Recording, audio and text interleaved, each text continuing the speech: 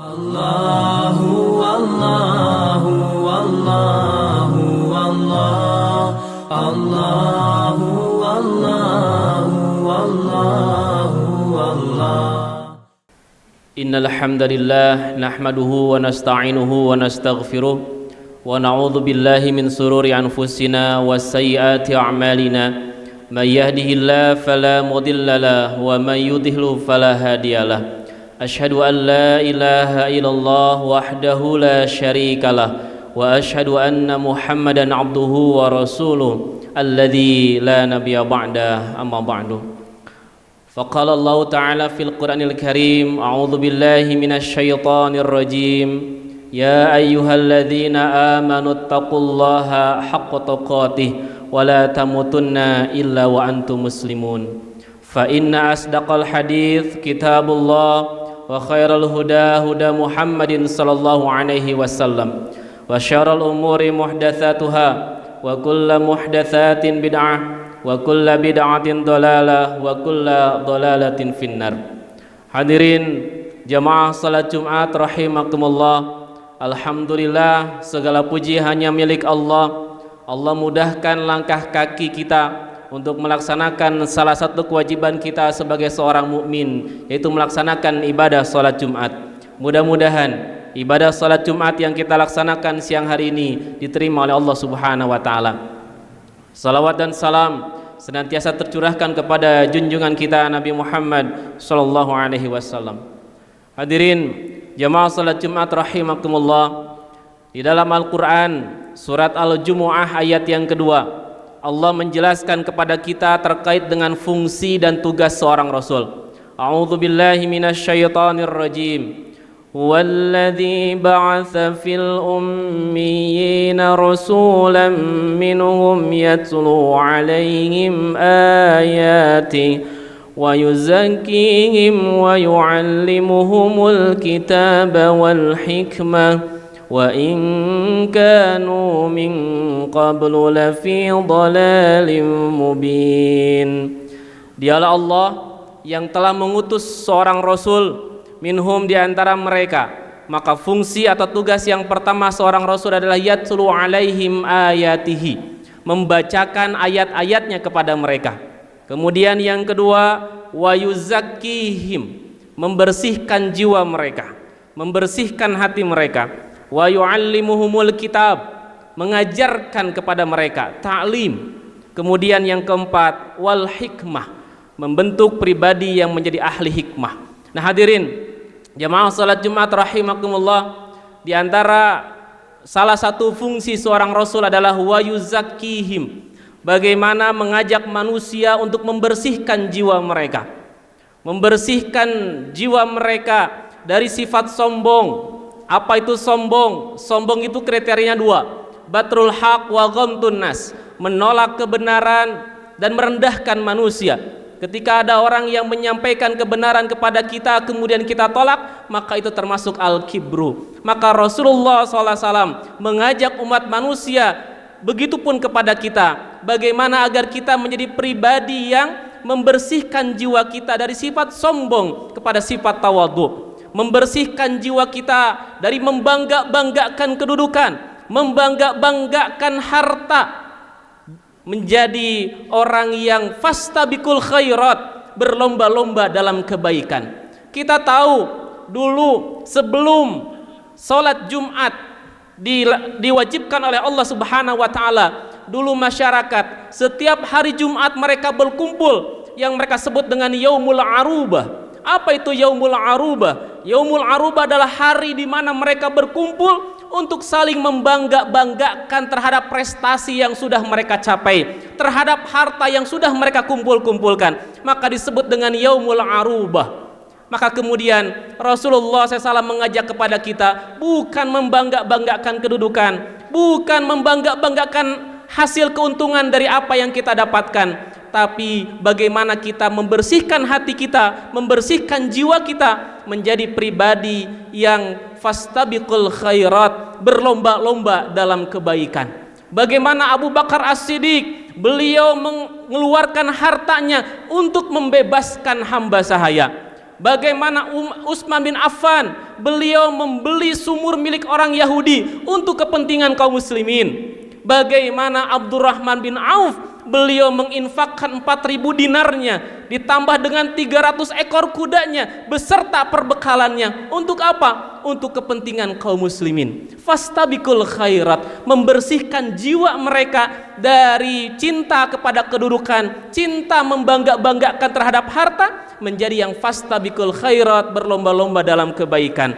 Kemudian bagaimana juga Rasulullah SAW mengajak kita, mengajak kaum muslimin untuk membersihkan jiwa kita dari hal yang suka mencela, menghina orang lain, membuka aib orang lain.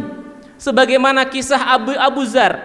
Ketika Abu Zar, beliau pernah melakukan satu sikap, satu perbuatan, yaitu menghina saudaranya, menghina kawannya dengan mencela ibunya. Kemudian apa kata Nabi? Nabi mengatakan, innaka mru'un fika jahiliyah. Wahai Abu Zar, sesungguhnya engkau ada dalam dirimu sifat jahiliyah. Janganlah engkau menjadi orang yang suka menghina orang lain. Bersihkan jiwa kita dari mencela orang lain, merendahkan orang lain. Kemudian Rasulullah SAW pun mengajak kita untuk membersihkan jiwa dari sifat kikir, menjadi orang yang dermawan, dari syirik kepada tauhid. Ini fungsi seorang Rasul, bagaimana membersihkan jiwa kaum muslimin agar tazkiyatun nafs, membersihkan jiwa mereka. Hadirin jamaah salat Jumat rahimakumullah. Di dalam surat Asy-Syam, Allah Subhanahu wa taala memberikan gambaran kepada kita, wa nafsi wa ma sawwaha, demi jiwa dan juga penyempurnaannya, fa alhamaha fujuraha wa taqwaha. Allah ilhamkan kepada setiap jiwa itu ada dua dorongan, ada dua potensi, yaitu dorongan fujur dan dorongan takwa. Apa itu fujur? Ya, fujur itu dari kata fajar. Kita sering mendengar istilah fajar, terbit fajar. Apa itu fajar? Fajar itu adalah cahaya yang menembus kegelapan malam, cahaya yang merobek kegelapan malam, maka disebut dengan fajar. Apa itu fujur? Fujur adalah potensi untuk merobek aturan Allah. Fujur adalah potensi untuk tidak taat kepada aturan-aturan Allah, maka disebut dengan fujur. Orang yang melakukan, orang yang merobek aturan Allah, orang yang mengacak-ngacak aturan Allah, maka disebut fajir. Dan kalau orang ini terus-terusan dia robek-robek aturan Allah, dia acak-acak aturan Allah, terus-terusan dia lakukan, maka disebut dengan fajarah. Ulaika humul kafaratul fajarah. Terus-terusan pekerjaannya menghina Islam, terus-terusan pekerjaannya mencela Islam, terus-terusan pekerjaannya menolak aturan-aturan Allah, maka disebut dengan fajarah. Nah hadirin jamaah salat Jumat rahimakumullah, ada dua potensi, ada potensi fujur, ada potensi kita menolak aturan Allah, dan ada potensi takwaha. Apa itu takwa? Takwa itu adalah kemudahan yang Allah berikan kepada kita untuk melaksanakan aturan Allah. Maka kemudian di ayat yang selanjutnya Allah Subhanahu wa taala memberikan gambaran kepada kita, qad aflaha man zakkaha. Qad aflaha, sungguh beruntung, sungguh bahagia. Di dalam bahasa Arab, kebahagiaan, keberuntungan ini ada beberapa. Ada sa'adah, sa'adah kebahagiaan. Faza, fauzan, itu pun kebahagiaan. Tapi kenapa di sini menggunakan aflaha? Kenapa petani disebut fallah?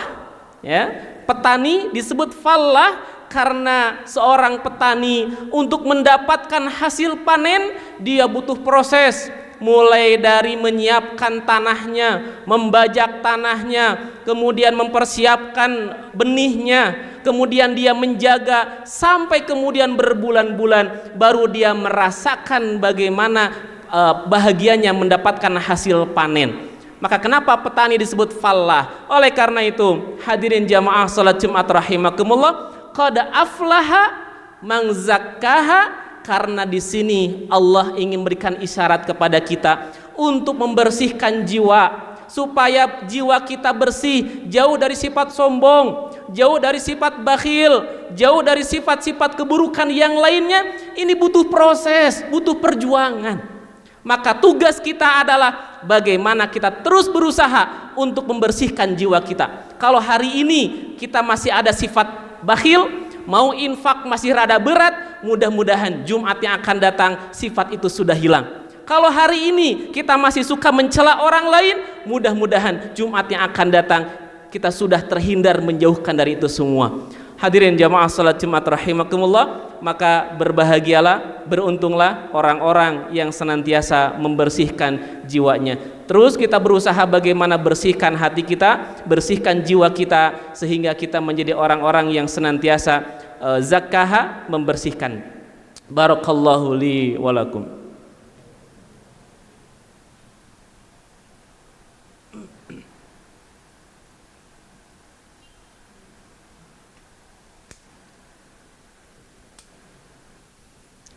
Alhamdulillahi rabbil alamin, wassalatu wassalamu ala asrafil anbiya'i wal mursalin, wa ala alihi wa ashabihi wa man tabi'ahu bi ihsanin ila yaumiddin. Asyhadu an la ilaha illallah wahdahu la syarikalah, wa asyhadu anna Muhammadan abduhu wa rasuluh alladzi la nabiyya ba'dah, amma ba'du. Allahumma salli ala Muhammad wa ala alihi wa ashabihi wa man tabi'ahu bi ihsanin ila yaumiddin. Hadirin jamaah salat Jumat yang dirahmati Allah Subhanahu wa taala, di dalam Al-Qur'an kita menemukan ada dua bentuk, ada dua ayat, ada qad aflaha man zakkaha sebagaimana di surat Asy-Syam, ada juga bentuk yang lain qad aflaha man tazakka. Kenapa di situ Allah menggunakan bentuk zakkaha, yaitu lazim kalau dalam bahasa Arab? Karena memang dia butuh proses. Dia butuh proses yang terus menerus. Pembersihan jiwa itu tidak bisa hanya sekali. Pembersihan jiwa harus terus dilakukan sehingga kita memiliki hati yang bersih, jiwa yang bersih. Hadirin jamaah salat Jumat rahimakumullah. Kemudian di ayat yang selanjutnya Allah berfirman, wa qad khaba man dassaha. Sungguh rugi man dassaha. Apa itu dassa? Dassa itu kalau seorang ibu melihat anaknya terus-terusan menangis, kesal anaknya nangis, kemudian dibiarkan oleh ibunya sehingga ibunya tidak peduli dengan apa yang terjadi pada anaknya. Itu namanya dassa. Artinya orang yang berbuat keburukan, jiwa yang terus dia kotori, jiwa yang terus menjadikan dirinya gelap, terus-terusan dia berbuat maksiat, terus-terusan dia berbuat dosa, maka itu akan mengotori, akan membuat hatinya gelap. Dan banyak orang-orang yang mereka tidak peduli dengan perbuatan dosa yang mereka lakukan, dari A sampai Z mereka lakukan, itu hanya akan mengotori dan menjadikan gelap jiwa mereka. Oleh karena itu, hadirin jamaah salat Jumat rahimakumullah, di surat Asy-Syam ini Allah kemudian memberikan gambaran kepada kita bagaimana manusia yang senantiasa mengotori jiwanya dengan perbuatan-perbuatan dosa. Setiap perbuatan dosa yang kita lakukan, perbuatan maksiat yang kita lakukan, ini akan berefek ke dalam jiwa kita, menjadikan hati kita gelap, menjadikan hati kita kotor. Orang yang terus-terusan fujur, dia berbuat keburukan, maka akan tagwaha. Sebagaimana di surat Asy-Syam Allah menggambarkan satu kaum yang hati mereka sudah gelap, hati mereka kotor disebabkan perbuatan-perbuatan dosa yang terus menerus mereka lakukan. Kadzabat samudu bitagwaha. Hati-hati, kita pun bisa begitu. Andai kata kita terus melakukan perbuatan dosa, perbuatan maksiat, maka ini akan menyebabkan kita tagwa, melampaui batas. Sebagaimana kaum Samud ketika Nabi Salih mengajak mereka untuk beriman kepada Allah, taat kepada Allah, mereka mengatakan kami tidak akan taat kepada kamu kecuali kalau engkau bisa mengeluarkan unta dari batu.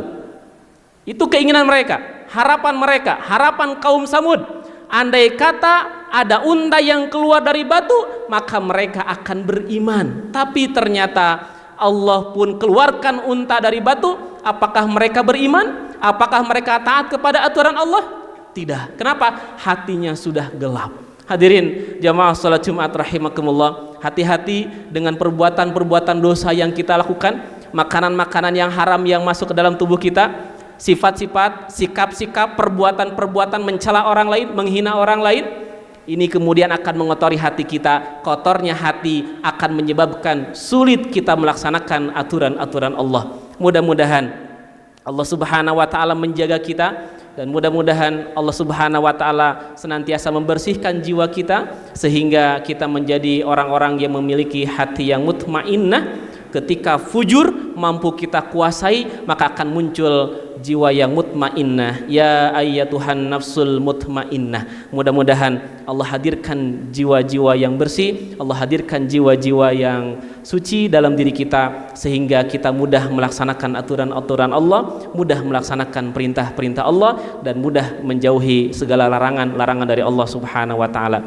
Rabbana zalamna anfusana wa illam taghfir lana wa tarhamna lanakunanna minal khasirin. Rabbana hab lana min azwajina wa dhurriyyatina qurrata a'yun waj'alna lil muttaqina imama. Rabbana atina fid dunya hasanah wa fil akhirati hasanah wa qina adzabannar. Aqulu qouli hadza wa astaghfirullaha li wa lakum. Wassalamu alaikum warahmatullahi wabarakatuh. Allahu akbar.